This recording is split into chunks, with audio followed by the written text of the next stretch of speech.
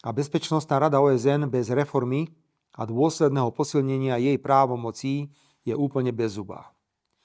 V malej krajine, ako je Slovensko, nezmôžeme nič. Len neveriacky pozeráme, ako americké elitné vojenské jednotky unesú prezidenta suverénnej krajiny Venezuely. A ako Spojené štáty oznámia, že budú celú 30 miliónovú Venezuelu riadiť. Jedno však musím americkému prezidentovi Donaldovi Trumpovi uznať. Svoje rozhodnutie neodôvodňoval falošne potrebou šíriť demokraciu či chrániť ľudské práva, ako by to povedala Bidenová administratíva alebo ktorýkoľvek predchádzajúci americký prezident. Hovoril otvorene o kontrole nad venezuelskou ropou a vstupe amerických spoločností do venezuelského ropného priemyslu. Bodka. A potom už platí to staré známe. Kto chce psa biť, a palicu si nájde. A že účel svätí prostriedky. Vojenský útok na Irak mal tú istú motiváciu. Vtedajší americkí predstavitelia nemali však odvahu otvorene priznať, že išlo o kontrolu nad irackou ropou, ale šírili nezmysly o zbraniach hromadného ničenia či prepojení irackého režimu na teroristické štruktúry, čo sa nikdy nepotvrdilo. Vtedy som okrem povinných vyhlásení mohol ako predseda vlády urobiť aj niečo symbolické. Rozhodol som o stiahnutí našich vojakov z Iraku, ktorých tam poslala vláda Mikuláša Dzurindu.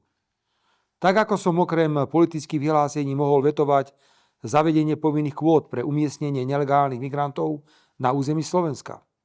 Alebo som niečo reálne mohol urobiť pri bláznivom nápade Európskej únie poskytnúť Ukrajine vojnovú pôžičku vo výške 90 miliárd eur, keď som Slovensko za tejto pôžičky vyradil. Pri pohľade na Venezuelu nemôžeme na Slovensku urobiť nič. Možno aj to bol dôvod, prečo ma včera viacerí na Slovensku upozorňovali, že máme byť opatrní v kritike amerického útoku a na únos prezidenta Venezuely. Veď poznáte reči politických trasorítok. Nech nám to neublíži, neházme, čo nás nepáli, chytaj hada cudzími rukami. Je fakt, že na stole je na podpis pripravená medzivládna dohoda o spolupráci medzi Spojenými štátmi a Slovenskom v jadrovej oblasti, na ktorej nám záleží, pretože chceme stavať úplne nový jadrový blok v Jaslovských Bohodniciach. Vyzeral by som však smiešne a nedôveryhodne, keby som po stiahnutí vojakov z Iraku, po vetovaní povinných kvót, odmietnutí vojnovej pôžičky pre Ukrajinu a opakovaných vyhláseniach, že použitie ruskej vojenskej sily na Ukrajine je porušením medzinárodného práva, v prípade Venezuely účelovo mlčal. Napriek tomu, že nemôžeme urobiť nič, ani len symbolicky, a trápne veci robiť nebudem, musím jednoznačne toto ďalšie americké ropné dobrodružstvo odsúdiť a odmietnúť. Aj za cenu, že tento môj jasný a konzistentný postoj môže na určitý čas politicky zhoršiť vzájomné slovensko-americké vzťahy. Tu pre mňa neexistuje žiadna výhybka. Ak americký prezident bez zábran pomenoval, o čo mu vo Venezuele ide, ako predseda vlády suverénnej krajiny rešpektujúce medzinárodné právo, mám povinnosť otvorene vysloviť svoj názor. Nemám chuť sa dnes zaoberať vyčíňaním slovenskej opozície pod vedením poslušného Slovenska, podľa ktorého unesený prezident suverénnej Venezuely nebude nikomu chýbať. Je to presne tá istá opozícia, ktorá buď priamo alebo tichým tolerovaním v rokoch 20 až 23 likvidovala svojich politických oponentov nezákonným zatváraním a obviňovaním spojeným s ľudskými obeťami. Tá istá opozícia, ktorá po atentáte robila medzi sebou stávky, či prežijem a kedy budú predčasné voľby. Pretože opozičnému aktivistovi, strelcovi, nešlo o nič iné. Tá istá opozícia, ktorá sa opäť vyhráža kriminalizáciou v prípade, že sa ujme moci. Nech je reakcia opozície pod vedením poslušného Slovenska na útok a únos vo Venezuele ďalším jasným dôkazom. A to nielen pre voličov Smeru, Slovenská sociálna demokracia, či ostatných vládnych strán, ale aj pre celé Slovensko, kto a s akou výbavou sa cez mŕtvoly tlačí k moci. Vážení priatelia, ak Slovensko nevie okrem jasných stanovísk urobiť nič na nápravu tohto hrubého porušenia medzinárodného práva, tak je tu jedna inštitúcia, ktorá takúto moc má, len je neschopná a pokrytecká. A touto inštitúciou je Európska únia. Európska únia má podstatne väčší počet obyvateľov ako Spojené štáty. Je ekonomicky mimoriadne silná. Keby tento potenciál riadne využívala, jej hlas by bol veľmi zvučný a viedol by často, nie vždy, ale často k náprave hrubého ignorovania medzinárodného práva. Tvrdé postoje únie by mohli mať dokonca silný preventívny účinok a odstrašiť pokušiteľov o dobrodružstvá na medzinárodnej scéne.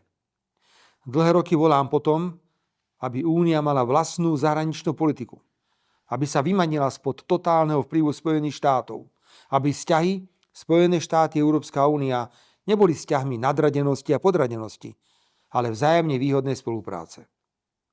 Od začiatku konfliktu na Ukrajine upozorňujem na politiku jedného jediného správneho politického názoru, kedy sa akákoľvek odchýlka od bruselského naratívu tvrdo politicky potláča. Európska únia má šancu rozbiť poučku, ktorú som uviedol v úvode. Môže byť veľká, môže byť silná a pritom aj skutočne demokratická a spravodlivá.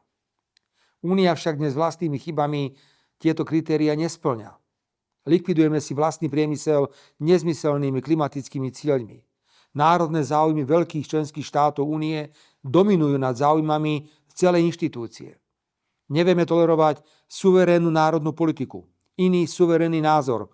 Ak v niektorej krajine vyhrá voľby ten, kto vyhrať nemal, okamžite sa spúšťa mechanizmus spochybňovania výsledkov volieb. Je úplne normálne, že máme dvojaký meter na krajiny úprimne sa zaujímajúce o vstup do únie. Pozrime sa, čo robia so Srbskom. To je už neúctivé. V zahraničnej politike Európskej únie dominuje len nenávisť a slabosť. Voči Rusku, ktoré v inštitúciách Európskej únie požíva neuveriteľnú a nepochopiteľnú nenávisť, je Európska únia v protiruských postojoch schopná zájsť na kraj priepasti. So schválenou vojnovou pôžičkou je to dnes už 280 miliárd eur, ktoré únia vynaložila na podporu Ukrajiny vo vojne s Ruskom. Sankčné balíky, zmrazenie ruských aktív, ani už neviem, čo všetko sa v mene nenávisti voči Rusku zrodilo v hlavách bruselských úradníkov. Tí samozrejme nespadli z mesiaca, ale sú tam za konkrétne krajiny. Keď treba rázne zakročiť a reagovať na neakceptovateľnú humanitárnu situáciu v Gaze, nie sme schopní prijať ani spoločné stanovisko. Nie je to ešte nejaký konkrétny krok. Ak však na Slovensku suverénne v parlamente príjmeme novelizáciu ústavy, podľa ktorej poznáme len dve pohlavia, muža a ženu, Európska komisia začne proti Slovensku osobitné konanie. To isté platí o reakcii Európskej únie na Venezuelu. Len aby sa prezident Spojených štátov Donald Trump na nás nenahnevali. Ako keby sme už dávno nevedeli, že prezident Trump Európsku úniu neuznáva ako celok a dáva prednosť bilaterálnym vzťahom s jednotlivými členskými krajinami. Do tohto všetkého zapadá aj nominácia bývalej estonskej premiérky na post tzv. Európskej ministerky zahraničných vecí. Pri všetkej úcte k mojej bývalej kolegyni v Európskej rade musím otvorene povedať, že v týchto časoch by Európska únia potrebovala iného, ostrelaného harcovníka s dostatočným rešpektom. Nechcem ani nemienim nariekať. Európska únia má stále možnosť sa spamätať a stať sa skutočnou svetovou veľmocou.